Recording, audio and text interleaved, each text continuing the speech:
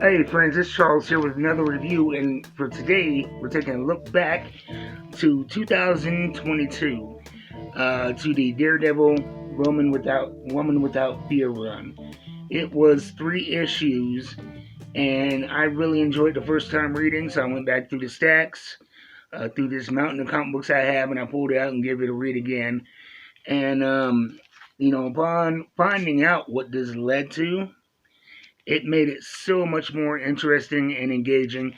First, I want to get to some specifics. There will be spoilers, so you are forewarned.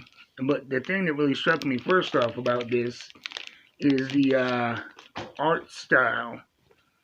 You know, everything in every cover, and especially in the action scenes, the way she's drawn is almost like a dancer. The fight scenes are brutal yet beautiful. Let's see if I can find a good panel to talk about to show what I'm talking about here. Some of the better ones were in. Here we go. And throughout the whole book, there's this saturation of red that is underneath everything. That really sets the tone for the whole series and sets it apart from the average book I was reading at the time. She is taking up the Daredevil mantle, and it starts out with her, kind of face to face with Mayor Fisk, and she's deciding if she's going to, she wants to kill him.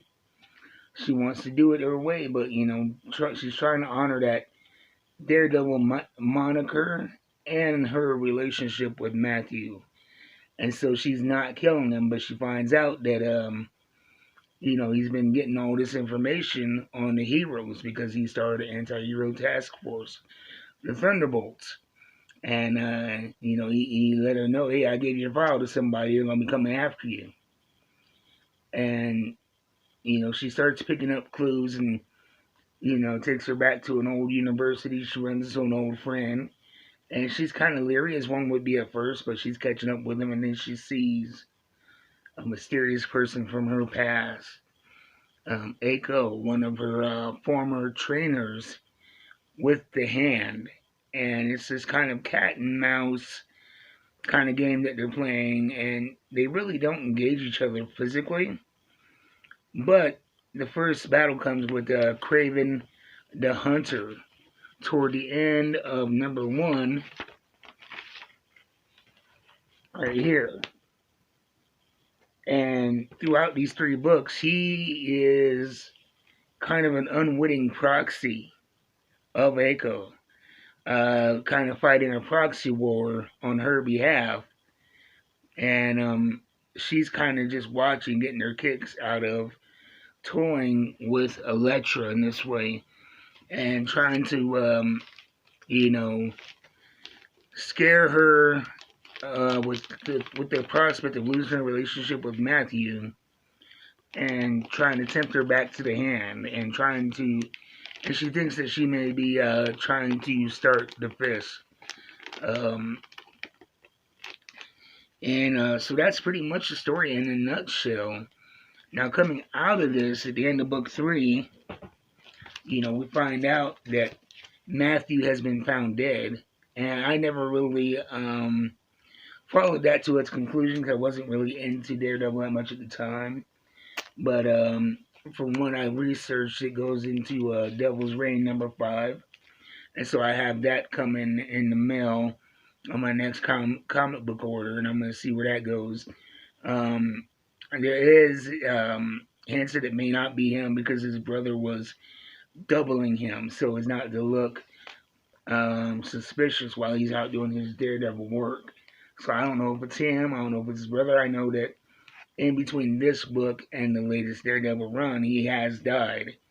And so I'm really looking forward to seeing where that goes. And then when you get to the end of number 3, one thing I noticed is this was the beginning. Get this book out here. This was the beginning of the very controversial Punisher run that saw Punisher exiled to another dimension. Me personally, I enjoyed that run. Hear me out. I thought it was a very interesting story, trying to, they were kind of playing him against his code, and had his family and his wife as kind of the carrot, to kind of keep him going as the leader of the hand.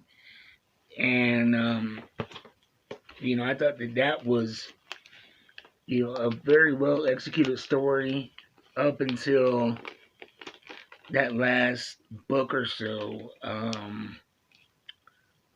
I understand why they did what they did. They wanted to kind of drift away from that Punisher legacy that had been co-opted by certain groups and people, and that was considered too violent. They even changed the Punisher logo, as you saw on that page I showed you. But I don't think it was necessary. I mean, fans of the Punisher, they separate the two, and I don't think it was necessary to kill that brand.